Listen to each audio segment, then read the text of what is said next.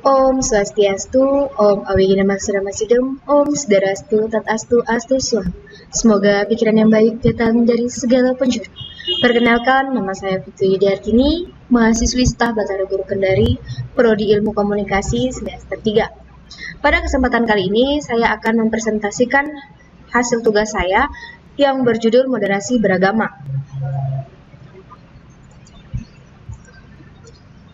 Di sini saya mengambil 3 pokok pembahasan. Yang pertama, pengertian moderasi beragama. Yang kedua, tujuan moderasi beragama. Dan yang ketiga, moderasi beragama sangat diperlukan di Indonesia.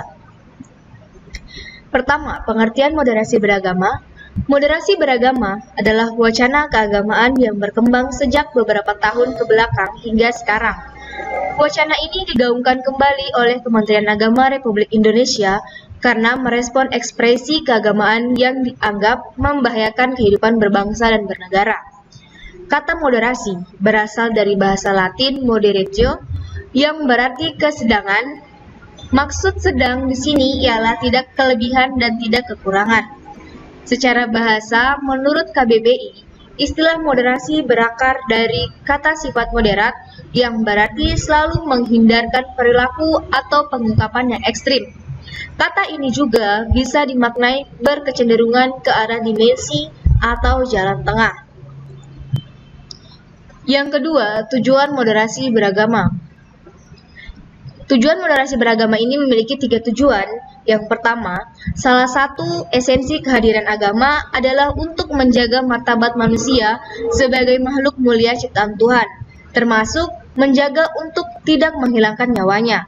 Yang kedua, ribuan tahun setelah agama-agama lahir, manusia semakin bertambah dan beragam, bersuku-suku, berbangsa-bangsa, beraneka warna kulit, tersebar di berbagai negeri dan wilayah. Yang ketiga, khusus dalam konteks Indonesia, moderasi beragama diperlukan sebagai strategi kebudayaan dalam merawat keindonesiaan. Pokok pembahasan yang ketiga, moderasi beragama sangat diperlukan di Indonesia. Bagi bangsa Indonesia, keragaman suku, agama, bahasa, dan budaya merupakan takdir. Itu tidak diminta, melainkan diberikan Tuhan, bukan ditawar, melainkan untuk diterima. Meskipun agama yang paling banyak dipeluk dan dijadikan sebagai pedoman hidup oleh masyarakat Indonesia, namun keyakinan dan kepercayaan keagamaan sebagian masyarakat Indonesia juga diekspresikan dalam ratusan agama leluhur dan penghayat kepercayaan. Ada 3 alasan moderasi beragama sangat penting bagi Indonesia.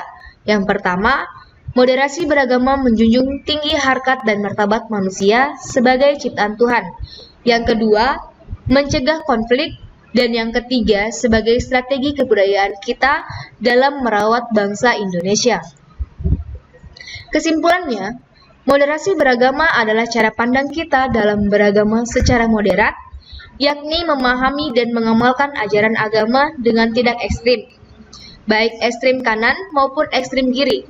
Ekstremisme, radikalisme, ujaran kebencian atau hate speech, hingga retaknya hubungan antara umat beragama merupakan problem yang dihadapi oleh bangsa Indonesia saat ini. Moderasi beragama mengajarkan bagaimana cara pandang kita dalam kehidupan beragama yang baik dan benar.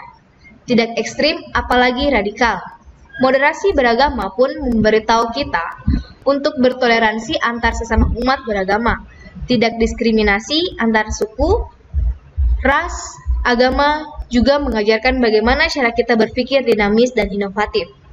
Dalam menghadapi kemajemukan dan keberagaman masyarakat, senjata yang paling ampuh untuk mengatur agar tidak terjadi bentrokan dan radikalisme adalah melalui pendidikan yang moderat dan inklusif.